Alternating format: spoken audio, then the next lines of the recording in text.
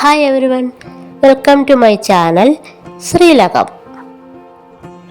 സവാള കൊണ്ടുള്ള പുതിയൊരു റെസിപ്പി ആയിട്ടാണ് ഞാനിന്ന് നിങ്ങളുടെ മുമ്പിലേക്ക് വരുന്നത്. സവാള ചേർത്തുള്ള പലവിധ കറികൾ നിങ്ങൾ കഴിച്ചിട്ടുണ്ടാവും. പിന്നെ സവാള മാത്രം ഉപയോഗിച്ചും ഉള്ളിക്കറിയും നമ്മൾ ഉണ്ടാക്കാറുണ്ട്. വേവിക്കാതെയും വേവിച്ചും ഒക്കെ നമ്മൾ സവാള ഉപയോഗിക്കാറുണ്ട് അല്ലേ? ഇവിടെ ഞാൻ സവാള കൊണ്ട് ഒരു അച്ചാർ ഉണ്ടാക്കാനാണ് പോകുന്നത്. അതിനുവേണ്ടി ഞാനിവിടെ 2 സവാള അരിഞ്ഞെടുത്ത് വെച്ചിട്ടുണ്ട്. ഈ അരിഞ്ഞ സവാളയിലേക്ക് ഞാൻ സ്വല്പം ഉപ്പൂടെ ചേർത്തിട്ടുണ്ട്. സവാളയിലൊക്കെ ഉപ്പ് ഒന്ന് പിടിക്കാനായിട്ടാണ് ഇങ്ങനെ ഉപ്പ് ചേർത്ത് വെക്കുന്നത്.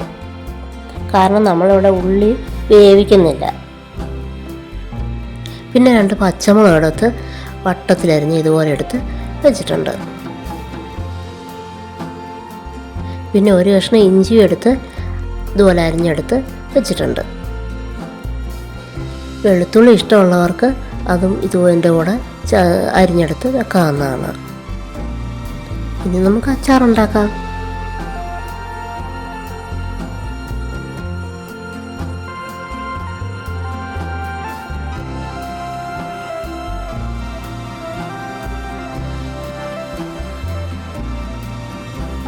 ചൂടായ പാനിലേക്ക് ഞാനിവിടെ വെളിച്ചെണ്ണ ഒഴിക്കുന്നുണ്ട്. വെളിച്ചെണ്ണ ഒഴിച്ച് കടുക് വറുത്തതിന് ശേഷം അതിലേക്ക് നമ്മൾ അരിഞ്ഞ് വെച്ചിരിക്കുന്ന ഇഞ്ചി എടുത്ത് ഇട്ട് നന്നായി വഴറ്റണം.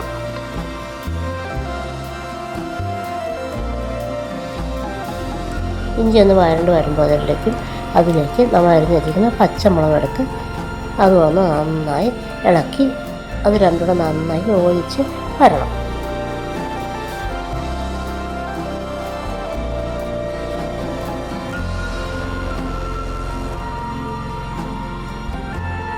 നന്നായി ഏകദേശം ഇതുപോലൊക്കെ മൂത്തൊക്കെ വരുന്നത് അതിലേക്ക് നമ്മൾ ഇവിടെ ഞാനൊരു 2 സ്പൂൺ മുളക് പൊടി ചേർക്കുന്നുണ്ട്. മുളക് പൊടി ചേർക്കുക നമ്മൾ ഉപ്പിട്ട സാധനം ഉണ്ടാക്കുന്നത് തന്നെ. പിന്നെ ഇവിടെ ഞാൻ കുറച്ച് മഞ്ഞൾപ്പൊടി ചേർക്കുന്നുണ്ട്. മഞ്ഞൾപ്പൊടി, ഉലുവാപ്പൊടി, പിന്നെ കുറച്ച് കായം, ഇതെല്ലാം കൂടിയിട്ട് നന്നായി ഒന്ന് ഇളക്കണം.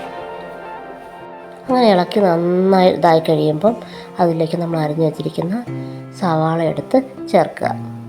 ചേർത്ത് ഞാൻ ഇപ്പോൾ ഉപ്പ് പോരായിരുന്നു, അപ്പോൾ ഞാൻ ശകലം ഉപ്പ് കൂടെ ചേർത്തിട്ടുണ്ട്.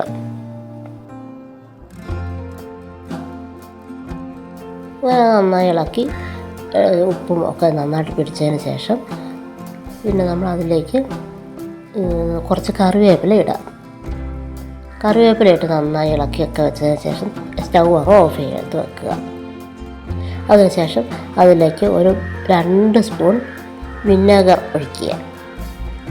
പിന്നെ നമ്മുടെ സവാളയുടെ പച്ച സ്വാദ് മാറാൻ വേണ്ടിയിട്ട് നമ്മൾ കുറച്ച് വെള്ളം തിളപ്പിച്ച് അതിലേക്ക് ഒഴിക്കണം. നമ്മുടെ അച്ചാറിന് എത്ര വെള്ളം ആവശ്യമുണ്ടോ അത്ര വെള്ളം ഒഴിക്കാവുള്ളൂ കേട്ടോ. അത് ഒഴിച്ച് അത് നന്നായി ഇളക്കിയൊക്കെ വെച്ച് കഴിയുമ്പോൾ നമ്മുടെ ഉള്ളി അച്ചാറിവിടെ റെഡിയായി കഴിഞ്ഞു. ഇങ്ങനെ ഉള്ളി അച്ചാർ നിങ്ങൾ ഉണ്ടാക്കി കഴിച്ചിട്ടുണ്ടെങ്കിൽ അതൊന്ന് പറയണേ എന്നോട്.